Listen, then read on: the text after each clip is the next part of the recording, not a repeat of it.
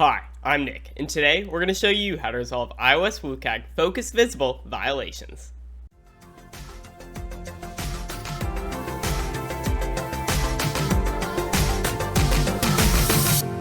WCAG 2.4.7, titled Focus Visible, states that all keyboard operable user interfaces have a mode of operation where keyboard focus is visible.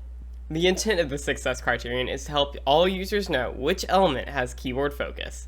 This success criterion helps anyone who uses a keyboard to operate their content, whether that be internal or external, by letting them know which portion of their content the keyboard is operating on.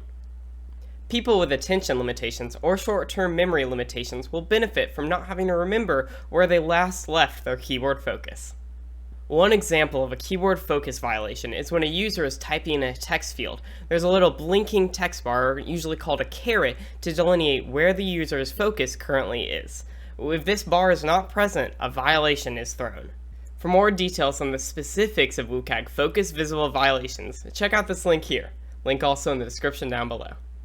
Want to try evaluating the success criterion yourself? Try navigating to the like button using only the keyboard and ensure that focus of the keyboard is visible throughout the navigation, then be sure to smash that like button.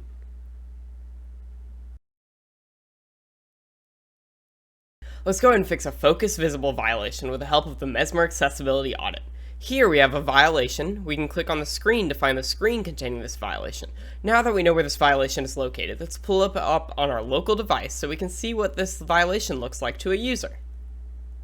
Let's go ahead and see what a focus visible violation looks like to an end user. Here I'm trying to validate my email, but I've made a few mistakes. When I go back to edit the form though, I'm unable to see where my keyboard focus is located.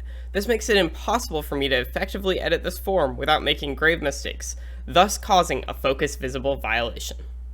From the code, we can see that this violation is caused by the UI element email address having its tint color set to clear. This causes the caret of the keyboard focus to be completely invisible to the user, thus causing a focus visible violation. We can delete this line and then rebuild our app to see what this screen looks like now.